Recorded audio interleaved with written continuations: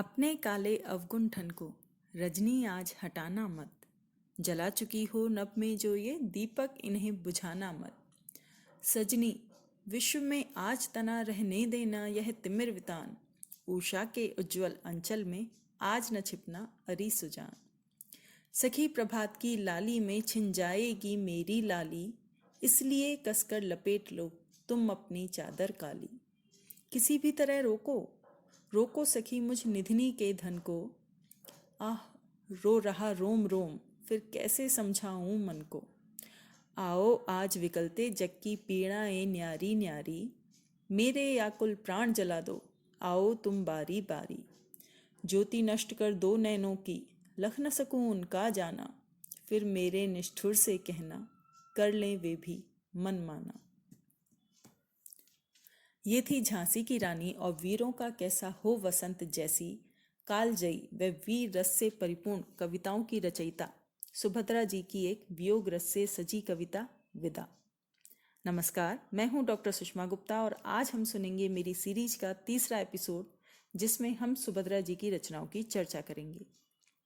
सुभद्रा जी ने करीब 88 कविताओं और करीब 46 कहानियों की रचना की थी। मुकुल, त्रिधारा, मुकुल व अन्य कविताएं इनका एक काव्य संग्रह हैं। बिखरे मोती, उन्मादिनी व सीधे सादे चित्र इनके कहानी संग्रह हैं। वो समय स्वाधीनता संग्राम का समय था, इसलिए उनकी अधिकतर कविताएं वीर रस से ओतप्रोत रहीं। उन्होंने झांसी की रानी की कविता में रानी लक्ष्मीबाई की वीरता को नमन किया, तो वीरों का कैसा हो वसंत में नवयुवकों को ये संदेश दिया कि देश प्रेम ही सबसे बड़ा धर्म है। जलियांवाला बाग में वसंत कविता उस नृशंस हत्याकांड को हमारे समक्ष जीवित कर देती है। इनके अलावा विदा, तुम व्याकुल चाह, साध उनकी श्रृंगार रस की कविताएं हैं। तो मातृमंदिर, समर्पण, ठुकरा दो या प्यार करो, प्रभु तुम मेरे मन की जानो आदि भक्ति रस की कविताएं हैं। सुभद्रा जी की कहानियों का केंद्र नारी विमर्श, पारिवारिक व सामाजिक समस्याएं रहा। प्रोफेसर मित्रा, कल्याणी, दो साथी, देवदासी, वैश्या की लड़की, उन्मादिनी आदि उनकी कुछ नारी प्रधान रचनाएं हैं। हींगवाला, राही, तांगेवाला व गुलाब सिंह आदि कहानियां राष्ट्रीय विषयों पर आधारित हैं। इनकी भाषा सरल तथा काव्यात्मक है व शैली वातावरण चित्रण प्रधान शैली है। इनकी रचनाएं सत्यता व सादगी से परिपूर्ण हैं। सुभद्रा जी की कहानियां उस समय के समाज का सजीव चित्रण तो करती ही हैं, साथ ही आज की सामाजिक परिस्थितियों में भी उपयुक्त दिखती हैं। तो उनके संकलन से सुनते हैं उनकी एक कहानी, देवदासी। सोकर उठते ही सुरेश की दृष्टि सामने वाले मकान पर पड़ी, जो महीनों से खाली पड़ा था। उसने देखा एक स्त्री सामने छज्जे पर खड़ी है। सिर के बाल छल्ले छल्ले बनकर माथे पर बिखरे हुए थे। रंग बहुत गोरा न होकर भी सांवला न था। चेहरा बड़ा ही आकर्षक था। स्त्री के चेहरे पर विषाद की गहरी स्पष्ट छाप दिखाई दे रही थी। उम्र कुछ अधिक थी, पर सौंदर्य में किसी प्रकार की कमी ना पाई थी। सुरेश मंत्रमुग्ध की तरह बहुत देर तक उसकी ओर देखता रहा। स्त्री नीचे सड़क की ओर देख रही थी। आंख ऊपर करते हुए उसने सुरेश को देखा। दोनों की आंखें मिली। सुरेश की आंखों में प्रश्न था और रमणी की आंखों में याचना। तुरंत ही किसी प्रकार की आवाज सुनकर रमणी भीतर चली गई। फिर छज्जे के दरवाजे दिन भर बंद रहे। उसके नए पड़ोसी कौन है, यह सुरेश बिल्कुल न जान सका। शाम को सुरेश घूमने चला गया। घर लौटा तो 11:30 बज रहे थे। सामने वाले मकान में अब भी प्रकाश था। सुरेश एक आराम कुर्सी पर लेट सा गया। एकाएक बड़ी ही मधुर संगीत की लहर ने आकर उसकी सारी शिथिलता को दूर कर दिया। वह उठकर बाहर आया। छज्जे पर सामने वाले मकान में कोई गा रही थी। सांवरिया से लागी रहे दो नैन। गायिका संगीत कला की विशारदा जान पड़ती थी। सुरेश भी तो संगीत प्रेमी था, और केवल संगीत प्रेमी ही नहीं, संगीत के विषय में उसे ज्ञान भी काफी था। सुरेश सोचने लगा, हो ना हो यह वही स्त्री है। पुरुष के गले में इतनी मिठास आएगी कहाँ से? तब तक गायिका ने गीत का अंतरा गाया। कहा करूं कित जाऊं मोरी सजनी नाही परत मोह चैन, सांवरिया से लागे रहे दो नैन। संगीत बंद हो चुका था। सुरेश कुछ देर तक टहलता रहा और थोड़ी देर में उसे एक हल्की सी चीख सुनाई पड़ी। फिर सब कुछ बंद। सुरेश कुछ न समझ सका कि मामला क्या है। वह जाकर सोया रहा। दूसरे दिन सवेरे सुरेश देर तक सोता रहा। जब वह सोकर उठा तब तक छज्जे के सब दरवाजे बंद हो चुके थे। दोपहर को सुरेश अपने कमरे में खड़ा था। एकाएक सामने वाले मकान की एक खिड़की का एक कांच निकल गया। सुरेश ने फिर उसी रमणी का मुंह देखा। इन दोनों के बीच काफी अंतर था। चेहरा भी बहुत साफ न दिखाई पड़ता था। रमणी बहुत देर तक सुरेश की ओर देखती रही। आंखों में याचना थी, चेहरे पर करुणा। सुरेश कुछ समझ न सका कि मामला क्या है। वह बैठ गया। बैठ जाने पर वह स्त्री दिखाई न पड़ती थी। कुछ देर बाद सुरेश ने देखा, फिर वही उसी तरह कांच जहां का तहां लगा दिया गया। सुरेश के सामने यह स्त्री एक समस्या बनकर प्रकट हो गई। वह कुछ समझ ही नहीं पा रहा था कि मामला क्या है। रमणी न तो कुलवधू सी जान पड़ती थी, न निर्लज वेश्या ही। वह सुरेश की ओर देखती थी, पर वासना की लपट उसकी आंखों में नहीं थी। उन आंखों में विषाद के साथ याचना जरूर साफ साफ दिखाई पड़ती थी। यह भी साफ साफ जान पड़ता था कि जैसे वह सुरेश से कुछ कहना चाहती हो, पर अवसर न मिलने के कारण न कह पा रही हो। सारे दिन सुरेश इन्हीं गुत्थियों में उलझा रहा और शाम होते ही घूमने चला गया। सुरेश ने सोचा, दूसरों की चिंता में क्यों वह अपना समय खराब करे। उसने अपने जी को बहुत समझाना चाहा, किंतु पहेली के रूप में वह स्त्री बार बार उसके नेत्रों के सामने आ जाती थी। सुरेश बहुत रात गई लौटा। सोने की तैयारी कर रहा था कि सामने वाली छत पर उसे कुछ बातचीत सुनाई पड़ी। रात की नीरवता में सुरेश ने साफ साफ सुना, कोई कह रहा था, तो तुम सीता सती हो, बस यहीं या उस मंदिर में भी जहां हजारों को रिझाने के लिए तुम्हें नाचना और गाना पड़ता था। सीता सती ना होकर भी मैं दुराचारिणी नहीं हूं। सुरेश ने सुना, स्वर रमणी का था। और आपकी बात मुझे किसी तरह भी मंजूर नहीं। यदि आपने मेरे ऊपर अपनी ताकत आजमाई तो मैं चिल्लाऊंगी। रमणी तेजी के साथ बाहर छज्जे पर निकल आई। अपनी छत पर खड़ा सुरेश बैठ गया। रमणी के साथ साथ उससे बातचीत करने वाला युवक भी बाहर आ गया। स्वर कुछ धीमा करके बोला, प्रतिमा, तुम्हें हम समझाते आ रहे हैं, तुम्हारे साथ किसी प्रकार का जुल्म नहीं करते। हम जानते हैं तुम कुलवधू नहीं हो। नाचने गाने का तुम्हारा पेशा है। एक नहीं, अनेक पुरुषों से तुम्हारा संसर्ग रहा होगा। फिर हमारे साथ, जिसे तुमने अपने मीठे और मधुर व्यवहारों से उन्मत्त बना दिया है, तुम्हारा व्यवहार ऐसा क्यों है? प्रतिमा बोली, मीठे और मधुर व्यवहार का यह अर्थ कदापि नहीं होता नरेंद्र बाबू कि हम आपको अपना शरीर अर्पण कर दें। फिर मेरा यह शरीर तो देवता को अर्पित हो चुका है। मैं देवदासी हूं, मुझसे वह बात न होगी। नरेंद्र एक व्यंग की हंसी हंसता हुआ बोला, तो तुम अभी तक सती हो, यही ना? और वह पुजारी जिसके पीछे पीछे तुम। प्रतिमा बात काटते हुए बोली, बस बस रहने दीजिए। आप पुजारी जी का नाम ना लीजिएगा। वे मेरे पिता तुल्य हैं। वे बहुत सीधे हैं। अगर वे सीधे न होते तो आप मुझे वहां से धोखा देकर ला भी न सकते थे। नरेंद्र का नशा इस समय जोर पर था। वह क्रोध से बोला, मैंने उन्हें धोखा दिया है या तुमने मुझे उल्लू बनाना चाहा है? साफ साफ कहो। क्या तुम्हारी खुद की इच्छा न थी मेरे साथ घूमने चलने की?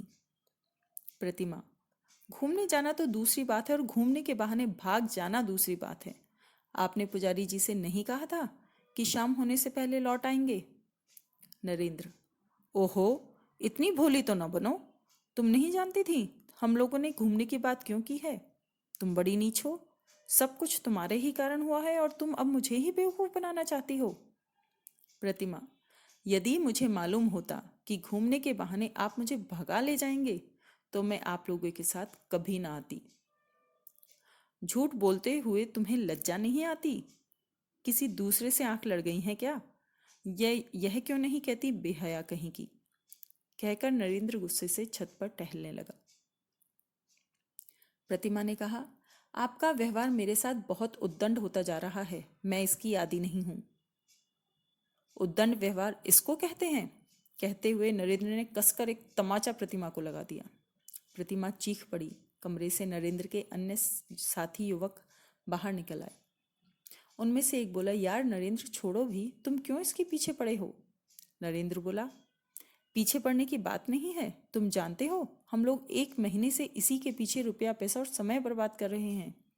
कुछ मेरा अकेला अनुमान भी नहीं, तुम्हारा सभी मित्रों का अनुमान था कि यह हम लोगों के साथ भाग जाना चाहती है, तभी तो हम लोगों ने इसे वहां से निकाला, नहीं तो औरतों को भगाना कोई हमारा पेशा थोड़े ही है। अनुमान गलत भी तो हो सकता है, एक तीसरे ने कहा, जिसे अनायास ही प्रतिमा से कुछ सहानुभूति हो गई थी। तुम लोग बेवकूफ बन सकते हो पर मैं नहीं बनूंगा, मैं अभी इसे सीधी किए देता हूं। ऐसा कहते हुए नरेंद्र ने प्रतिमा के पास आकर कहा, यह रोना किसे सुना रही हो? अब कोई तुम्हारे नखरों को देखकर धोखा नहीं खा सकता। तुम्हारी जात ही ऐसी होती है, उल्लू फंस कर रखने में तुम लोग अपनी विजय समझते हो, पर हम वह उल्लू नहीं है कि फंस जाएं। पहले तुम्हें फंसा लेंगे, बाद में हम फंसेंगे। प्रतिमा ने कहा, ठीक है, आपकी कैद में हूं, जो चाहे आप कर सकते हैं, पर मैं आप लोगों को पढ़ा लिखा सभ्य पुरुष समझा था। मैं क्या जानती थी कि पुरुष के रूप में आप राक्षस हैं? हम राक्षस हैं? नरेंद्र ने दूसरा चमाता प्रतिमा को जड़ दिया। और तुम देवी हो, बदजात कहीं की। मंदिर का राई रत्ती हाल जिसे न मालूम हो, उसके सामने अपने सतीत्व का ढोंग रचना। यहाँ पहले ही सब कुछ जान लिया था, तब पैर आगे बढ़ाया था। हमने कोई कच्ची गोलियां नहीं खेली हैं। अब सुरेश से नहीं रहा गया, उठकर खड़ा हो गया। टॉर्च फेंकते हुए उसने कहा, आप लोगों की बात करीब आध घंटे से मैं सुन रहा हूँ। इतनी बातें सुनने के बाद इसी परिणाम पर पहुंचा हूं कि आप लोगों ने इसको कैद कर रखा है। यह है आपकी कोई नहीं, इसे आप भगा कर लाए हैं। नरेंद्र ने उसी क्रोध के सुर में कहा, हमारे आपस के झगड़े में पड़ने वाले तुम कौन हो? सुरेश बोला, मैं एक मनुष्य हूं जो मनुष्यता का बर्ताव करना चाहता है। यदि आप लोगों ने मेरे साथ दूसरी तरह का बर्ताव किया तो फिर मुझे पुलिस का आश्रय लेना पड़ेगा। मामला पुलिस तक गया। वे चारों व्यक्ति जमानत पर छोड़े गए। प्रतिमा को उसकी इच्छानुसार सुरेश के साथ छोड़ दिया गया। सुरेश ने उसे उसके मंदिर के पास पहुंचा देना चाहता था, परंतु प्रतिमा उसी रात बीमार हो गई और लगातार 1 महीने तक बीमार रही। बीमारी से अच्छे होने के बाद अस्पताल से लौटकर प्रतिमा सुरेश की अतिथि हुई। एक दिन सुरेश बोला, अब आपको मंदिर पहुंचाना पड़ेगा, किंतु आपने अब तक यह नहीं बताया कि आप इन लोगों के चंगुल में कैसे फंस गए। प्रतिमा बोली, गुजरात के देहाती इलाके में दुर्गा देवी का एक बड़ा प्राचीन मंदिर है। मंदिर से लगी हुई बहुत सी जायदाद है, जिसकी सालाना आमदनी 30,000 के करीब होती है। उसी मंदिर की मैं देवदासी हूँ।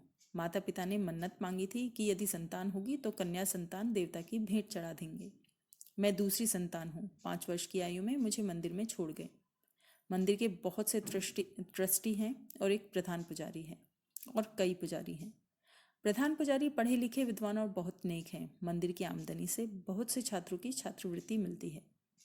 बहुत से अनाथ और विधवाओं का पालन होता है। प्रधान पुजारी जी के कारण मंदिर में किसी प्रकार का अनाचार नहीं हो पाता। मेरे अतिरिक्त और भी देवदासियां हैं।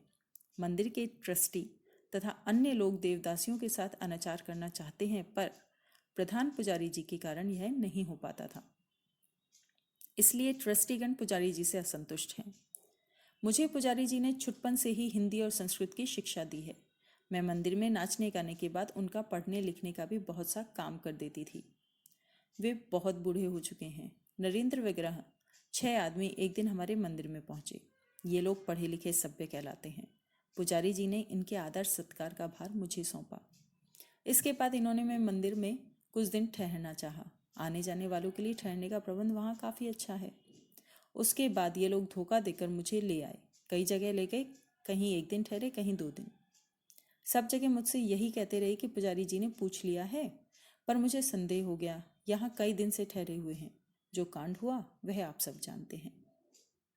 सुरेश बोला, पहले पत्र लिखकर पुजारी जी से मंदिर का हालचाल पूछ लूं, फिर तुम्हें ले चलूं। प्रतिमा की भी यही राय रही। सुरेश ने पत्र लिखा और कई दिन बाद उत्तर मिला। मंदिर की एक प्रधान देवदासी के अचानक गायब हो जाने से मंदिर में बड़ी गड़बड़ मच गई है। ट्रस्टी लोगों ने प्रधान पुजारी को अलग कर दिया है। उनके स्थान पर जो प्रधान पुजारी नियुक्त हुआ है वह बड़ा अनाचारी है। अब मंदिर मंदिर नहीं, अत्याचारियों का अड्डा हो गया है। निवेदक। पत्र पढ़कर प्रतिमा ने कहा, अब मैं वहां जाकर क्या करूंगी? सुरेश ने कहा, फिर आप क्या करना चाहिए? हताश सी प्रतिमा बोली, मैं क्या कहूँ, आप ही जानिए। सुरेश ने कहा, मेरा तो विचार है कि आप विवाह करके किसी भले आदमी की कुलवधू की तरह रखिए। प्रतिमा चौंक पड़ी। विवाह? मुझसे कौन विवाह करेगा? और फिर मेरी विवाह की उम्र भी तो नहीं रही। सुरेश ने प्रतिमा के पास जाकर प्रेम, श्रद्धा और आदर के भाव से कहा, उम्र की बात मत करो प्रतिमा। शेक्सपियर ने जिससे विवाह किया था उसकी उम्र उससे 9 साल अधिक थी। विवाह दो आत्माओं का मिलन है और आत्मा कभी वृद्ध नहीं होती। मैं तुमसे विवाह कर सकता हूँ। प्रतिमा का चेहरा लज्जा से लाल हो रहा था। उसका मस्तक झुकते झुकते सुरेश के चरणों पर आ गिरा। तो ये थी सुभद्रा जी द्वारा रचित कहानी देवदासी। इस कहानी को और उनकी अधिकतर कहानियों को पढ़कर लगता है कि इतने वर्षों में भी हमारे समाज में बहुत ज़्यादा कुछ नहीं बदला है। कुछ कुरीतियाँ ज़रूर खत्म हो गई हैं, लेकिन लोग कमोबेश वैसे ही हैं। इनकी काफ़ी कविताएं व कहानियाँ आप गूगल करके भी पढ़ सकते हैं। तो आज के लिए इतना ही। और अगर आपने मेरा चैनल अब तक सब्सक्राइब नहीं किया है तो प्लीज़ ज़रूर सब्सक्राइब करें। हमारा साथ यूं ही बना रहे। नमस्कार।